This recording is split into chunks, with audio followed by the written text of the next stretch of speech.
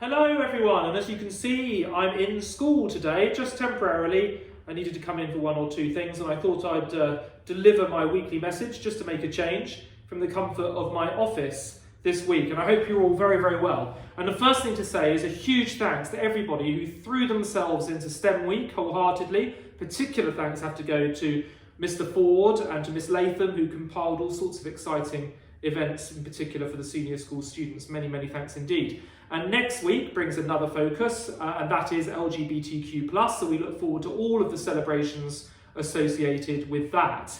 And also next week is the first week where there are no material changes to our remote learning programme. As you're aware, we've made all sorts of tweaks as we've gone along, listening to feedback from parents and pupils, but we seem to have now, I think, found our rhythm, found the right balance in the offering of our remote learning. So no changes next week. Business as usual in the last 2 weeks of this half term.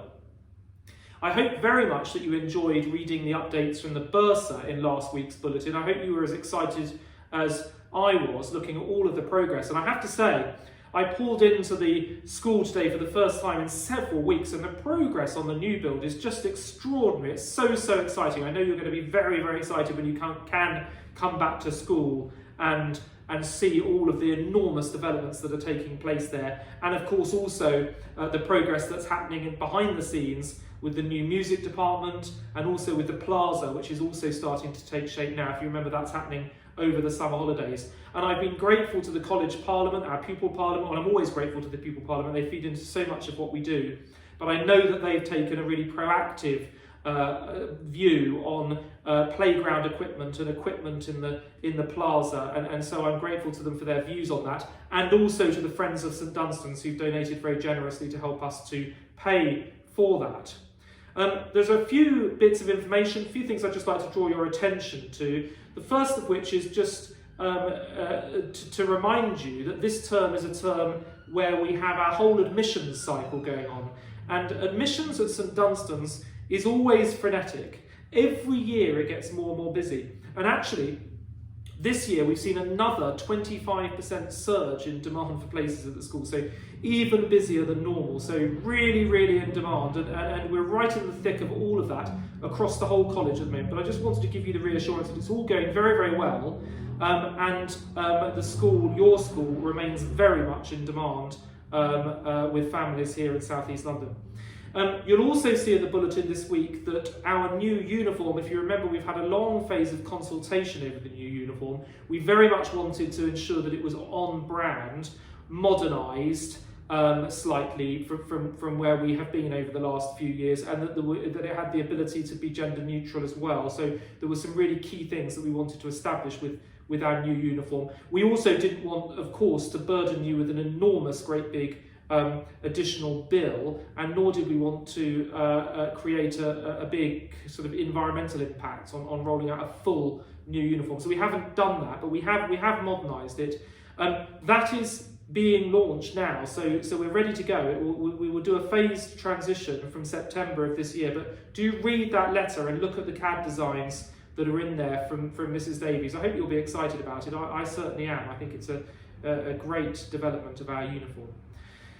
There also have been and continue to be a number of targeted careers events carried out virtually by professionals in specific fields. So do encourage your children to sign up to those. If they're interested in a particular field or a particular future, there is a real opportunity there for them to find out far more about that particular area. So keep an eye out for those. A specific message here for the junior school children and the very youngest children. We know that it's really challenging for those very young children to access the remote learning. And so Mrs Rogers and Mr Murphy are doing a special video on that, how the very youngest children of the college can make the most of the remote learning opportunities that are available to them. And just two more things.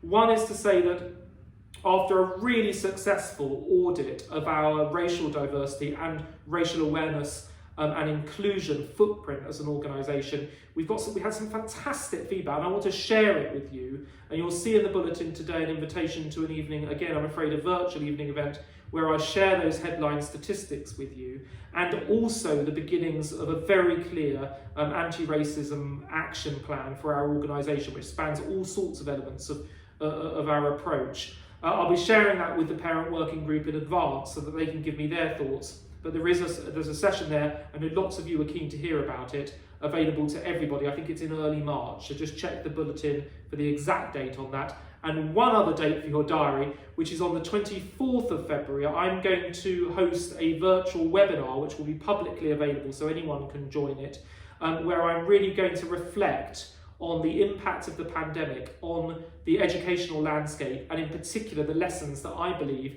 we have to learn as educators as we move away from this pandemic, and what it has taught us about the importance of